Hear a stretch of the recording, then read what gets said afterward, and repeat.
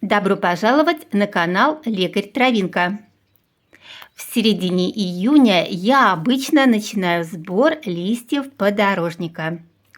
Сейчас они очень нежные, сочные и сами просятся на стол в салаты, супы и другие блюда. Их можно есть свежими прямо сейчас, а можно и заготавливать на зиму.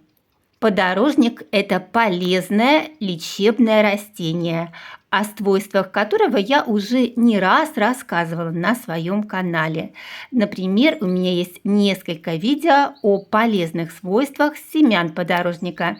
В частности, они благотворно влияют на мужское здоровье, повышают потенцию и являются природной профилактикой аденомы простаты. Листья не менее полезны. Они обладают обволакивающими, противовоспалительными, отхаркивающими свойствами, восстанавливают слизистые и эффективно лечат органы дыхания и пищеварительную систему. Если часто страдаете от простуд, хронического бронхита и разнообразных проблем с желудочно-кишечным трактом, вводите в свое питание листья подорожника. Вкус у растения нейтральный и довольно-таки пресноватый, поэтому мы улучшим его с помощью других сезонных трав. Например, руккола. Рвем ее примерно столько же, сколько и подорожника. Она придаст приятную кислинку нашему салату. Еще я кладу в салат молодую горчицу для придания остроты и пикантности. Отлично впишется сюда также кинза, петрушка и другие пряные травы. Хорошенько промываем подорожник и отрезаем вот эти вот кончики. Оторвать их сложно, они очень жилистые, поэтому используем ножик или ножницы. Промытые листья сразу же сортируем, раскладываем на две стопочки. В одну мы кладем вот такие меленькие, их можно есть свежими. А во вторую крупные, они жилистые, грубоватые, плохо жуются, поэтому перед приготовлением их лучше ошпарить кипятком, либо пропастировать в кипятке очень короткое время, где-то 30 секунд. И, кстати, из таких вот крупных листьев вполне можно делать и голубцы. Если интересует такой рецепт, напишите об этом в комментариях. Мелкие листочки сразу же нарезаем.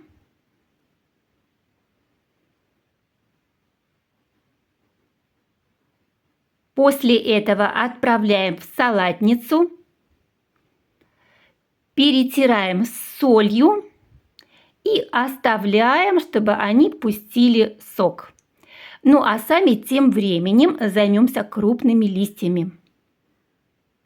Опускаем в кипящую воду, считаем до 30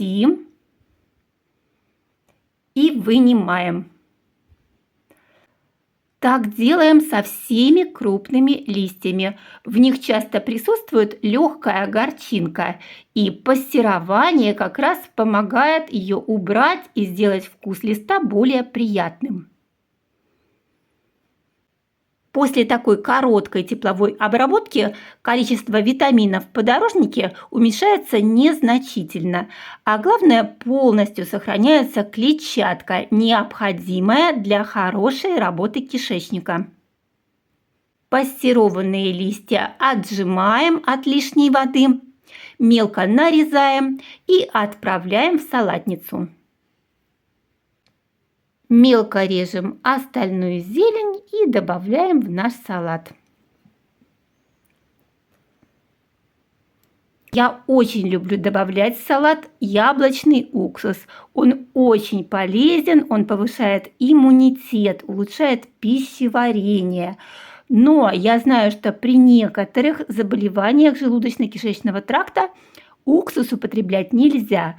Поэтому, друзья, прежде всего советуйтесь со своим лечащим врачом, что он вам предложит, какой вид заправки для вас будет полезнее. Добавляю немножко уксуса, подсолнечное масло нерафинированное. А вместо майонеза и других магазинных соусов я добавляю вот такой вот домашний йогурт, полностью натуральный. Никакой химии, никаких консервантов. И все, кто пробовал, говорят, что очень хорошо он влияет и на дыхательную систему, и кашель сразу уменьшается, вот, и одновременно и на пищеварение тоже действует благотворно. Конечно, домашний не все могут достать, но его можно заменить и магазинным, нежирным йогуртом.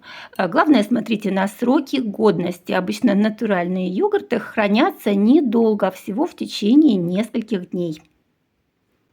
Ешьте с удовольствием, ешьте на здоровье. Следите за моим каналом. Будет еще немало полезных рецептов из дикоросов.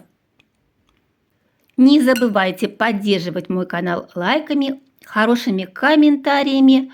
Делитесь этим видео с друзьями в социальных сетях.